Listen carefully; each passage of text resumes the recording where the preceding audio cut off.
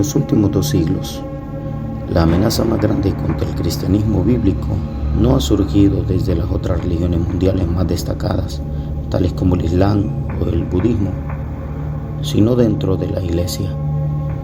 Es el peligro de la teología liberal, la cual, haciéndose pasar por cristiana, niega prácticamente todo lo que enseña la palabra de Dios. La teología liberal vació una gran parte de las iglesias protestantes de Europa a lo largo de los siglos XIX y XX, y ahora está haciendo exactamente lo mismo en países como los Estados Unidos y países de América Latina. Si los pastores no estamos preparados ni arraigados en las grandes verdades de las Escrituras, estamos en peligro de permitir que esta teología pervierta y desvíe lo que el Señor está haciendo en nuestra generación, sobre todo en el mundo hispano. Entonces aquí hay 10 características de la teología liberal y de los teólogos liberales para que podamos entender mejor este peligro y cómo protegernos de él. Número 1. La teología liberal no cree en la infalibilidad de la Biblia. El punto de partida para la teología liberal no es la voz del Señor, tal cual se revela en las Escrituras, sino la razón. De otra forma explicada es que ellos creen más en la razón que en la Escritura, porque ellos pueden decir que la razón no falla, la Escritura puede fallar. Por esta razón los liberales sacrifican cualquier enseñanza que no cuadre con su forma de razonar.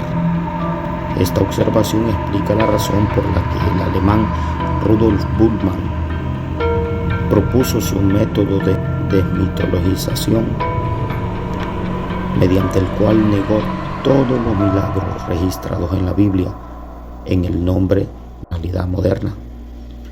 En palabras de Bultmann, no se puede utilizar la luz eléctrica y la radio, usar medicamentos y medios clínicos modernos en casos de enfermedad y al mismo tiempo creer en el mundo de espíritu y de los milagros del Nuevo Testamento, dijo Bultmann. Porque para el liberal, en primer lugar está la razón y luego la revelación de Dios. El evangélico, sin embargo, invierte este orden, es decir, primero la revelación de Dios, luego la razón. Número 2. La teología liberal no hace hincapié en la doctrina. La teología liberal critica el uso de credos, confesiones de fe, ya que dichos documentos dan por sentado la importancia de la doctrina. La meta del liberal es tener una mente abierta y por lo tanto ataca cualquier sistema que atenta contra su libertad intelectual. Puesto que la verdad no se puede transmitir mediante palabras, el liberal razona que puede creer lo que bien le da la gana. La doctrina, dicen ellos, es para los fundamentalistas o los que pertenecen a la edad de piedra. A los liberales no les gustan para nada las declaraciones doctrinales empleadas en las Escrituras, en 1 Corintios 15, 3 al 5 y 2 Timoteo 3, 16. Por esa razón es importante la doctrina bíblica para la formación de nuevos creyentes, para la formación de una iglesia verdadera, santa y pura, que está esperando el regreso de nuestro Señor Jesucristo. Número 3. La teología liberal se enfoca en la experiencia.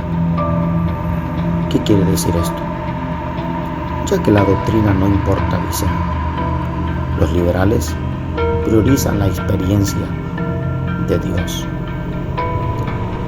El padre de la teología liberal, Friedrich, definió la teología como el sentimiento de nuestra absoluta dependencia de Dios. A nivel práctico, quiere decir que en vez de empezar con la revelación de Dios, según las Escrituras, Schleiermacher arrancó con la subjetividad de la experiencia humana. Lo más importante en la teología entonces no es hablar sobre Dios, según los liberales, sino que lo más importante viene a ser nuestra experiencia con Él. Las consecuencias de tal sistema liberal fueron desastrosas, porque de repente nosotros vemos hasta hoy en día gente diciendo de repente ser llenos del poder de Dios, ser llenas del Espíritu Santo, mas sin embargo tener una conducta desastrosa.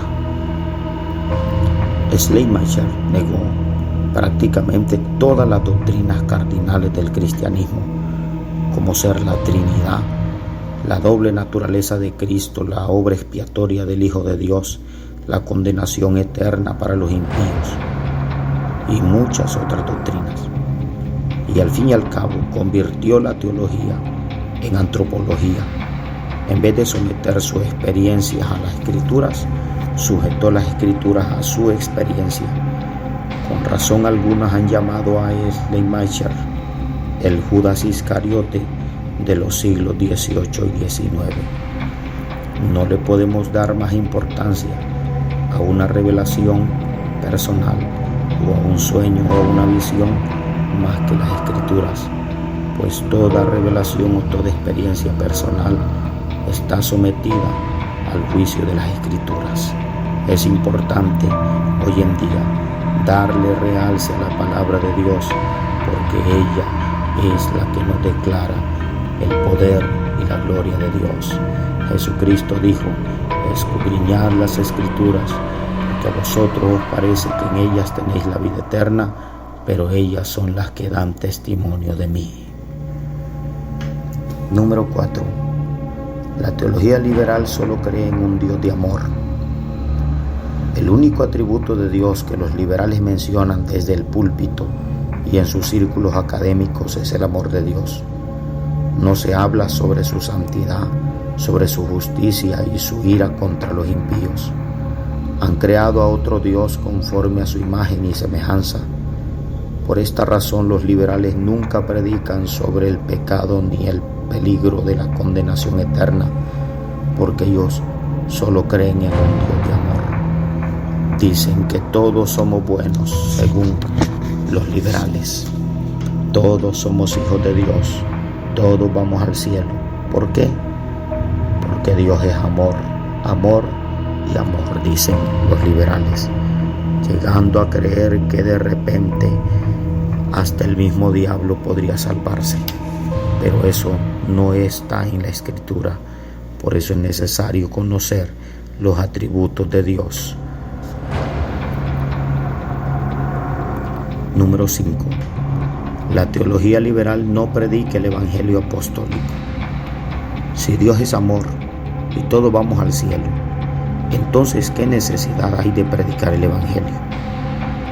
Según el liberal, el evangelio no tiene nada que ver con la vida eterna ni con el perdón de los pecados, sino más bien con la liberación sociopolítica o el progreso económico. Por esta razón es que los políticos emplean una teología de la liberación, poniendo como emblema de revolución a Cristo. Mas sin embargo, Cristo vino y trajo una revolución, pero no política ni socialmente humana, sino una revolución, sobre todo rebelándose contra el pecado y contra la corriente de este mundo, despojando al diablo y al infierno de todas aquellas almas que tenían posesionadas. Dios no está irado contra los pecadores. Por lo tanto, dicen ellos, el evangelio apostólico que se centra en la sangre del Cordero de Dios, derramada para redimir y hacer propiciación por el pueblo de Dios, es abiertamente negado. Romanos 3:24 al 26 declara esta palabra: este mensaje, según el liberalismo, es arcaico y ya ha pasado de moda, dado el hecho de que no se predique el evangelio bíblico desde los púlpitos liberales. Sus ministros se limitan a hablar sobre la ética y la moralidad. Hay que ser una buena persona, hay que ayudar a los necesitados, hay que ser amigo de todos, hay que tolerarlo todo. Es una teología humanista, no fundamentada en la gracia salvadora del Dios Trino. Recordemos que en este último tiempo la teología liberal y el pensamiento liberal está llevando a tal extremo que no se podrá anunciar ni predicar en contra del pecado porque será una violación a los derechos humanos. Es tiempo de reflexionar y escapar y forjarse del poder de Dios y anunciar estos últimos segundos de la humanidad la venida del Salvador, Cristo Jesús. Número 6. La teología liberal convierte a Jesús en un mero hombre. Los liberales no creen en la divinidad de Jesús. Argumentan que era un hombre inspirado e iluminado por Dios, pero de ninguna forma era Dios manifestado en carne. Eso dicen los liberales, que Él no era Dios manifestado en carne, pero la Biblia dice que Él es Dios manifestado en carne. Consiguientemente, los liberales, por un lado, niegan que la crucifixión del Hijo de Dios fue una obra expiatoria en el sentido de que Cristo dio su vida por nuestros pecados, y por el otro, niegan que Jesús resucitó literalmente al tercer día. Según los teólogos liberales, Jesús resucitó en los corazones de los discípulos, pero no resucitó corporalmente ni históricamente. Esto contradice expresamente la declaración apostólica que dice: si Cristo no resucitó, vana es entonces nuestra predicación, vana es también vuestra fe, en 1 Corintios 15:14. En cuanto al tema de la expiación, el liberalismo estipula que Jesús murió para darnos un ejemplo ético a seguir. Según los liberales, solamente para eso vino y murió, solo para darnos un ejemplo ético a seguir. No estaba efectuando la salvación, dicen los liberales, la salvación de los escogidos del Padre en la cruz. ¿Por qué no? Porque era un mero hombre, dicen ellos. Nada más, nada menos, un hombre. Pero la Biblia dice que Dios estaba en Cristo, reconciliando consigo mismo al mundo. 100% hombre, 100% Dios. Ese es Cristo Jesús, de acuerdo a las Escrituras. Número 7. La teología liberal promueve el movimiento ecuménico. En nuestros días muchos liberales están atacando a los evangélicos conservadores, los que creemos en las doctrinas bíblicas. ¿Y por qué los están atacando? Porque no se juntan con el movimiento ecuménico. El ecumenismo está centrado en la unidad eclesiástica a todo costo. Para formar parte de la corriente, todo lo que hace falta es confesar algún tipo de experiencia religiosa. No obstante, la fe evangélica, como explicó el amado príncipe de los predicadores, Charles Spurgeon, cree en la unidad basada en la doctrina del Evangelio de Cristo. Una unidad no fundamentada en la palabra de Dios es falsa, dijo. Una unidad no fundamentada en la palabra de Dios es falsa, dijo Charles Spurgeon. Unidad en el error, dijo el predicador inglés, es unidad en la predicción. El momento que alguien se adhiere al movimiento ecuménico, lo primero que tiene que hacer es olvidarse de todas sus convicciones bíblicas y prostituirse por amor a una unidad falsificada, antiescritural y no evangélica. Es importante despertar y no caer en el movimiento ecuménico e interdenominacional con la frase todos alabamos al mismo Dios. Ese es un pensamiento liberal y ecuménico. Número 8. La teología liberal elogia las demás religiones. Puesto que la base de la teología liberal es el ser humano, juntamente con su razón, su experiencia y su afán por el ecumenismo en las últimas décadas, el liberalismo se ha abierto al diálogo interreligioso, alabando las virtudes de las religiones mundiales. Incluso han llegado a participar en la adoración interreligiosa, Hace un par de semanas, el cardenal arzobispo de Valencia, Antonio Canizares, y los líderes de las religiones musulmana, judía y budista, junto con representantes de diferentes confesiones cristianas, oraron por la paz en el mundo y la convivencia en un acto interreligioso en la Facultad de Teología de Valencia, dijo el cardenal. Las religiones no dividen, sino que unen, y esta tarde lo hemos podido no solamente experimentar, sino gozar. En cierto sentido, el cardenal lleva la razón. Las religiones liberales centradas en la autonomía del hombre se unen, pero el Evangelio de Jesucristo no trae paz, sino separación. Proclama el Salvador cuando dijo: no piensen que vine a traer paz a la tierra. No vine a traer paz sino espada, porque vine a poner al hombre en contra a su padre, o a la hija contra su madre, y a la nuera contra su suegra, y los enemigos del hombre serán los de su misma casa. En Mateo 10, 34 al 36. No puede haber paz verdadera entre la fe evangélica y la teología liberal. 9. La teología liberal no cree en la exclusividad de la salvación en Jesucristo.